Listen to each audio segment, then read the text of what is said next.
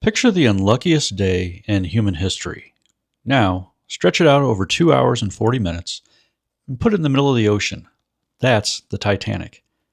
You already know that it sank. You already know there's a movie. But here's what almost no one knows. The Titanic didn't sink because of one big mistake. It sank because of about a dozen small, dumb, avoidable ones, stacked on top of each other like a horror movie written by Murphy's Law.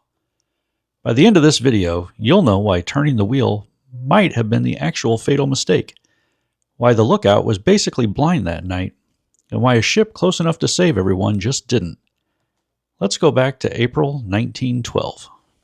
The RMS Titanic was the biggest moving object humans had ever built, over 882 feet long, 9 decks, a gym, a swimming pool, and a first-class dinner menu with 11 courses. Newspapers called it unsinkable. Not because someone tested that claim, mostly because it sounded good in an ad.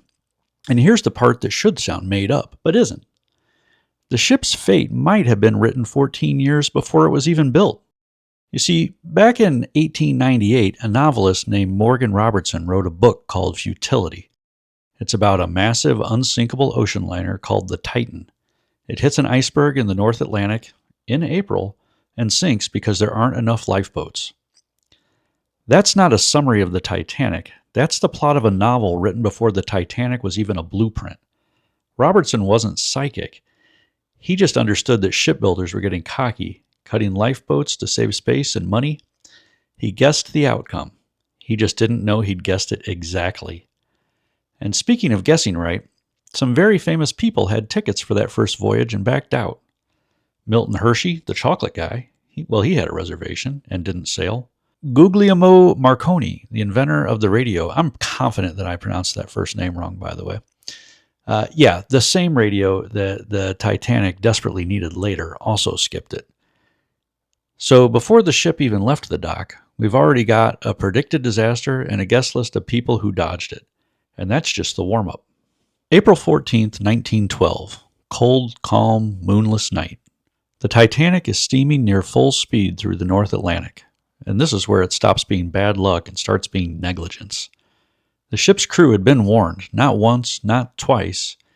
Captain Edward Smith and his officers received at least 6 separate ice warnings that day from other ships in the area, and the Titanic kept its speed. Now here's the detail that should be in every disaster movie and somehow isn't. The ship's lookout, a man named Frederick Fleet, was scanning the horizon for icebergs without binoculars. Why? Well, because the binoculars were locked in a cabinet, and the crew member with the key had been reassigned off the ship before it left the port. Nobody replaced the keys, so Fleet was squinting in the dark with his bare eyes in the clearest, calmest, and cruelly hardest kind of night to spot an iceberg, since there weren't even waves breaking against its base to give it away. He spotted it anyway, but by the time he did, the ship and the iceberg were only 37 seconds apart. 37 seconds. That's less time than it took you to read this sentence, and the one before it. The crew did what felt like the obvious move. They steered hard to turn away from the iceberg. And here's the twist that historians still argue about. That might actually have been an actual fatal decision. You see, if the Titanic had hit the iceberg head-on, the front of the ship would have crumpled badly, violently, probably killed people in the front compartments. But the ship would have stayed afloat because the damage would have been contained to one area.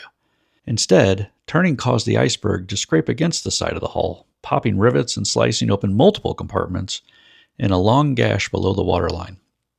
Some researchers even think the steel itself in freezing water had a flaw, becoming brittle and shattering more easily than steel would today. Either way, the safe move opened up more of the ship to the ocean than a direct hit would have. The ship that was supposedly built to survive a collision took the one hit specifically engineered to beat its design. Here's where it gets almost unbearable, in a you can't make this up kind of way. There was another ship close enough to help. The SS Californian was less than 20 miles away, close enough to see the Titanic's distress flares in the night sky. But the Californian's radio operator had already gone to bed for the night. No one else on board knew how to work the wireless, so the Titanic's distress calls going out across the airwaves, landed on a ship that no one could hear them. The ship that actually answered, the RMS Carpathia, was nearly 60 miles away. Even at full speed, it took over 3.5 hours to arrive. The Titanic sank in 2 hours and 40 minutes. Do the math on that, and you get the most gutting fact of the whole story. Help was close enough to see it, and still too far away to matter. Meanwhile, on board, the ship's band kept playing. You see, this part of the story actually is true. Musicians kept performing on deck as the ship tilted further and further, trying to keep the panic down.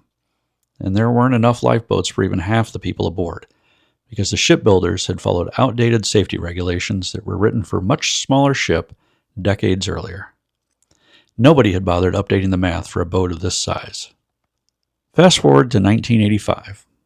Ocean explorer Robert Ballard finally locates the wreck, over 2 miles down, split into 2 huge pieces on the ocean floor. Here's a detail that surprises almost everybody. There are no human remains at the wreck site. Not skeletons, not bones. The same cold, high-pressure, high-acidity conditions that preserved the ship's metal for over a century completely dissolved and consumed any human remains decades ago. What's left instead are personal items, shoes and pairs sitting exactly where a body once was on the seafloor. It's honestly one of the eeriest and most human parts of the whole discovery. No bodies, just shoes, still in pairs, waiting. So here's the real story of the Titanic. Not one big mistake, a chain of small ones, a missing key, a wasted 37 seconds, a sleeping radio operator on the one ship close enough to help, a safety maneuver that might have made things worse. Individually, any of these might have been survivable. All of them happening on the same night in the same 4 hours? That's how you sink the unsinkable. If you liked digging into the tiny details that add up to a massive disaster, that's kind of the whole game with history. The big story is almost always a pile of small, human, avoidable mistakes. Stick around for more of those.